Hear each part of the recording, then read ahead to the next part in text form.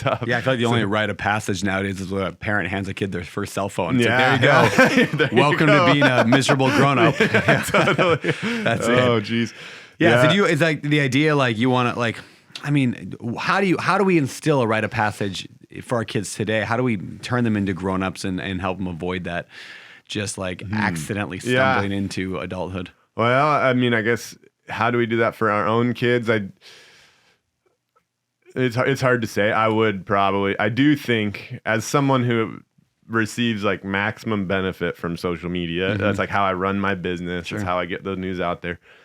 I really I connect with a lot of people. That said, there's a part of me that thinks it's still a negative, you know, and I think especially for young people that aren't receiving the benefits of this business and this things like that, it's like almost all a negative. Like I've definitely thought before, like for my own just personal satisfaction, if I just deleted it, I'd probably be happier, you know, and so I think for our kids, let's just avoid that as long as possible. I think that also puts the responsibility on the parent to help foster a community that your kid can not be left out of in that situation. Because if they're just going to school and all the other people have phones and that's how you get invites to get-togethers and this and that, they're going to kind of be isolated and left out. Maybe it's good to actively try to find like-minded parents that also are going to make sure that decision isn't going to leave their kid isolated, you know, and then, but then move forward with that.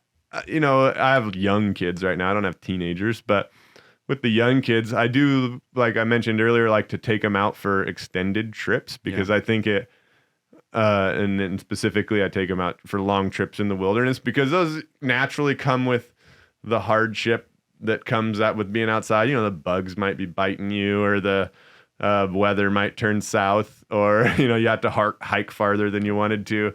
But it also comes with this really cool thing that comes in a world that's stripped of some of those modern embellishments, which is you really connect with people. It's incredible. Like I and this goes for your family, of course, but even for strangers, I run a lot of courses in the woods and people come out and we spend time in the wilderness. And I've always point out to people, like, notice how well we're going to get to know each other in the course of the week. We're all just strangers right now. And you spend a week and you'll get to know people better than you do like if you worked 3 years in an office together. 100%. It's fascinating. So I think that connection that's fostered in those natural environments with your family is really important. Like that outdoor world gives simple natural lessons, you know, that we're designed for. It doesn't have to be constructed like it does in the modern world. Dude, that is such a good point that I don't want to leave before harping on this. It's just the idea. I mean, I've never made that connection before because I know when you go camping with a bunch of buddies, you really like build a relationship. Similar military. You know, Alex here was in the military, right? The relationships you've built, right? Like solid. There's no better way to bond than over shared stress. Yeah, right? But how have I never translated that to my kids? Like, where am I putting myself into shared bonded stress with my kids as a way to bond? And I bet you the majority of humans have never had that thought of like, how can I purposely put me and my family into stress together? You got to put yourself, you have to do it purposefully now, which is weird because nobody wants to put their kids in a stressful situation. But if you go on a camping trip, you know, like it comes with everything else. And then,